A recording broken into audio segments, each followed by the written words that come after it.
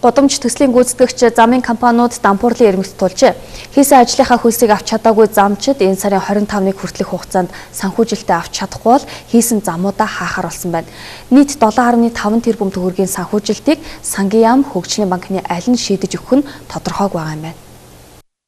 Гудамж төслийн хүрээнд Улаанбаатар хотын 26 улирыг өргөтгөн шинжилсэн 26 компаниас 22 дампуурхтаа хүрчээ. Улсын комисс ажиллаж хийсэн замыг нь хүлээн авчихад байхад нэгж төгрөгийн санхүүжилтийг олгоогүй байна. 2014 оноос хойш санхүүжилт авч чадаагүй улмаас замын компанийн банк болон банк бус санхүүгийн байгууллага хувь хүнээс үл хөдлөх хөрөнгө тоног төхөөрөмжөө барьцаалан зээл авцгаажээ. 2 жилийн хугацаанд хүү төлсөөр өнөөдөр төлөх боломжгүй болж барьцаан тавьсан үл хөдлөх хөрөнгө тоног төхөөрөмжөө алдахад хүрсэн байна. Мөн компаниуд татварын байгууллагад их хэмжээний өртөө болсноос үүдэн тендерт оролцох боломжгүй болжээ. Ялангуяа замын компаниуд өөрөө дандаа тендер буюу сонгон шалгуулалтанд орж ажил гүйцэтгэдэг. Тэгээд энэ татвартай холбоотой асуудлаар ингээд өнөөдөр тендерт орж чадхаа болчихсон.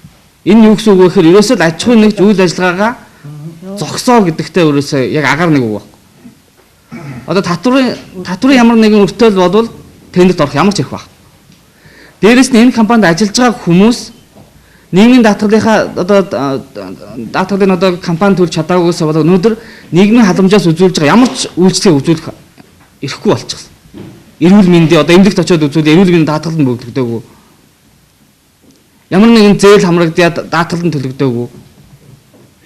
Ингээ энэ бүхний чинь ард дандаа ажилчид ажилтны ард байгаа гэр бүл нь хохироод байна. Аймгийн төвүүдийг нийслэлтэй холбосон автозам гудамж төслийн бүтээн байгуулалтыг эрх баригчид энэ оны сонгуулийн гол зэвсгээ болгож байгаа маа.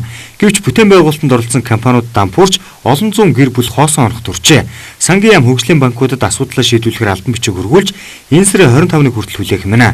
Хэрв шийдэгдэхгүй бол тавьсан уулзвар замуудаа хааж эсэргүүцлээ илэрхийлнэ гэдгээ мэдгдлээ. Нийт 7.5 тэрбум төгрөг байгаа даа. Тэгээд юу гэж гудамжлал хариу гэж гудамжлал нь хөгжлийн банк руугаа буруугаа хэлээд хөгжлийн банк нь Сангийн яам руугаа.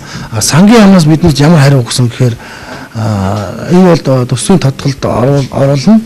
Тэгвэл судалж үзнэ гэсэн. Хизээ судалж үзэх нь мэдэхгүй.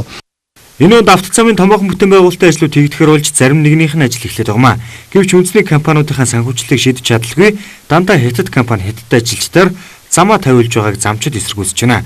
Давхарцсан тоогоор замчдын ар гэрийнхэн гээд нийтдээ 5-7 мянган орчим иргэний амьдрал өнөөдөр туйлын хүнд байгааг онцлоо.